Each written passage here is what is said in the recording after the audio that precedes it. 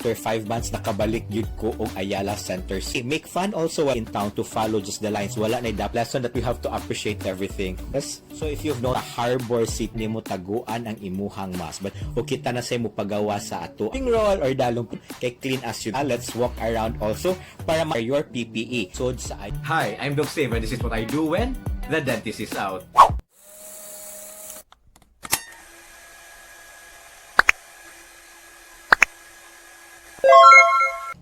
Hey friends, welcome back to my channel, and if ever you are new here, why? Nganong karon pa ka? Bitaw ay joke. Thank you so much for visiting my channel. If ever you are new here, please don't forget to hit that like, that subscribe, and especially that notification or bell button so you won't miss out kung unsa akong gibuhat outside my clinic. And if you have noticed karon, yes, I might be home, but unsa ako ang vlog about today is my first new normaling experience. Yes guys, 5 months ko wala nakaadto og mall. Kini patuo sa jud ko nga dapat mo stay at home lang sa jud ta. So after 5 months, I have my first new normaling experience. And kuyog sad ana, I had my first new mall dining experience. So, sa may kalahihan or differences from the old norm to the new norm kung moadto ta og malls. Ali, join me.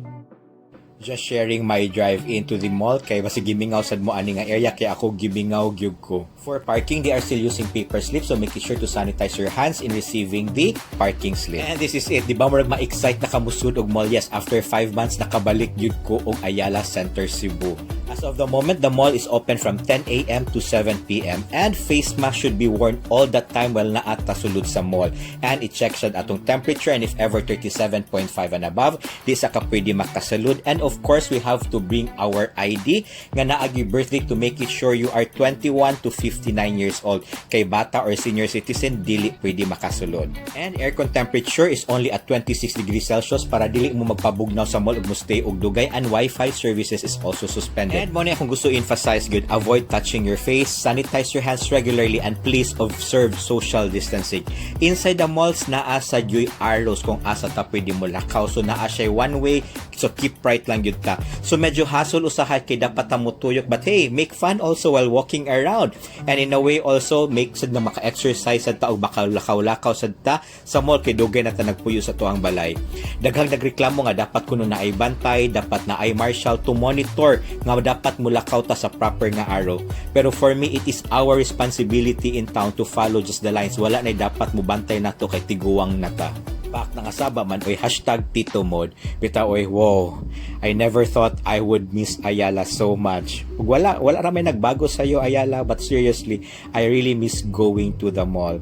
Who would have thought nga murag mingawon ta og mall no? But yes, I did. I'm in Ayala almost every day or 3 to 4 times in a week. So manang is a lesson that we have to appreciate everything. Wow, I miss this view so much na murag ako ra ning gineglect sa una. Kamo guys, gimingaw mo terraces. So if you've noticed entering into shops, dapat yuta musuwat sa ato ang name. This is important for contact tracing just in case na ay positive sa imuhang naadtuan. And now it's time for my first new normaling dining experience. Og asa ta, arita sa Harbor City. Why? Because you just don't know how I miss dim sum so much. If ever you have been following me, nakabuhat galit ta og dim sum steam rice recipe. So first protocol, always use the mat. Then I would suggest also please bring your pen all the time. Kaya daghan na kitag fill upanan karon, it's always safe to have your own pen. Then sanitize your head, then temperature check, then it's time to fill up the health declaration form. And please be honest para to protect you and to protect also the staff nga naa sulod nga establishment. Okay? And after honestly answering the health declaration form, wait for the waiter to usher you kung asa ka dapat mulingkod kay because there are tables nga dili pwede lingkuran. In the same way, not all chairs pwede pong lingkuran. See, I am with my friends pero we practice social distancing. And karon the menu slip is already in the table nya, ikaw na mo fill up or mo sign kung pila og unsa inyuhang mga orders. On the table also makita nimo ang mask keepers. In other words, nga nimo i-keep ang imuhang mask the moment nga mukaon na ka. So, thank you so much Harbor City.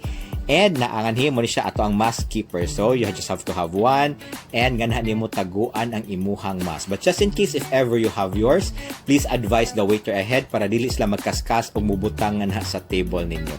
Then keep it and to make it sure nga sealed or sterilized pagyapon ang imuhang mask. So karon even though we are na dine-in experience pero ang atong pagkaon it will be in a take-out packaging. So dadon lang siya sa waiter na tray, kitay mo kuha from the tray and place it in our table. O kita na say mo pagawa sa ato ang pagkaon. Yes guys, new norm needs a lot of disposables. In other words, we have to be mindful also to throw it properly after this. So mo nang ang kaning paper bag, dili na to siya ilabay because why? After eating, kita rasad ang muhipos sa ato ang mga pagkaon. For that, mga na ta guys. But before, ako sang i-flex ang akong dim sum orders. Because why?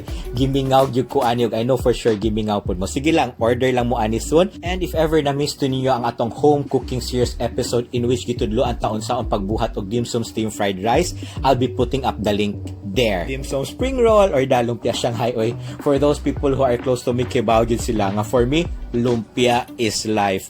Plus the dim sum steam fried rice, perfect. And after eating, as I've mentioned earlier, kitasad ang muhipos sa ato ang gikaon. This is to avoid contact or dapat contactless ta sa ato ang mga staff and crew kay para dili nila magunitan kung unsa ang ato ang gigunitan pagkaon.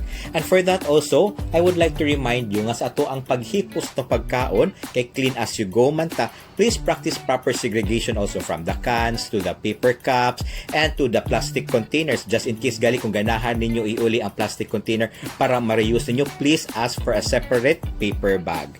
Wow, that was a one big happy, satisfying meal. So since busog kay ta, let's walk around also para ma-appreciate sa nato ang design sa ato ang mga PPE because yes guys, ang PPE dili ra para sa mga frontliners. If ever you want to go to a mall or if ever naman mo'y lakaw and you want to protect yourself, yes, I would encourage you to wear your PPE. And we are so lucky here in Cebu, we have designers nga talented kaayo nga nag-design sila og fashionable PPE. Here you can see the designs of Dexter Alasas, Edwin Alba, Iya Coca, Hans Coquilla, Ray Antonis Carrio, Jones Lucinario, Griffins Malazarte, Mel Maria, New Norm, Kayod Filipino, Philip Rodriguez, Philip Tampos, Mac Tumang, and Mike Yapche. So see, daghan jud pwede designs for the PPE. It is not only to protect the frontliners o pwede sad kamo. Because guys, it might be overdressed but there is no harm of protecting ourselves. So manang if ever you are in Ayala, please try to swing by in the gallery area para makita ninyo ang mga designs sa tuang PPE by the local Cebuano designers. This exhibit will run until August 30 but who knows, it might be extended para makakita ang dili pa kagawas up to August 30. And naaday pahabol na question kung mandatory ba daw ang mag-face shield sud sa Ayala Center Cebu. As of the moment, they don't require one kay wala pa executive order. But for me personally, there is no need of law or regulations para atong sundon for us to wear a face shield. If ever tan-aw ninyo makatabang ang face shield sa pag-spread sa ato ang virus, so mas maayo mag-wear na lang yung tabisag asa manta. That's it guys. Hopefully nalingaw rasad mo sa pagkuyog nako og tuyok-tuyok gamay sa Ayala Center and had my first also dine-in experience in a mall. So kung gimingaw man mo og Ayala, hopefully wa na kayo mo gimingaw sa akong gipakita kanina. But then again guys, even though I am sharing to you kung unsa ang new normaling, ayaw na sa gid muglaag sa mall kung dili man importante ang tuyo. But later on, if ever restrictions will begun already, where all of us can go to the mall, please let us all practice our responsibility to protect ourselves as well as to protect others. Sometimes magsalig lang ka nga, oh okay ra if ever I'll be infected kay kusog kong immune system. Yes, ikaw kusog ka, but the people around you, ang people niyo mo makita, are you sure they are as strong as you? So it is not only protecting ourselves, but it is also protecting the people around and the people that we love. Okay? So again, let us just be responsible in everything that we do and let us responsible also when we go out also. So that's it lang yun guys, and thank you so much Island Creatives and Ayala Center Cebu for letting me experience the new normaling. Okay? So if ever matugali mong Ayala guys, don't forget to use the hashtag new normaling para makita sa namo kung unsa inyohang experience sa bag-o nga pag-malling nato karon.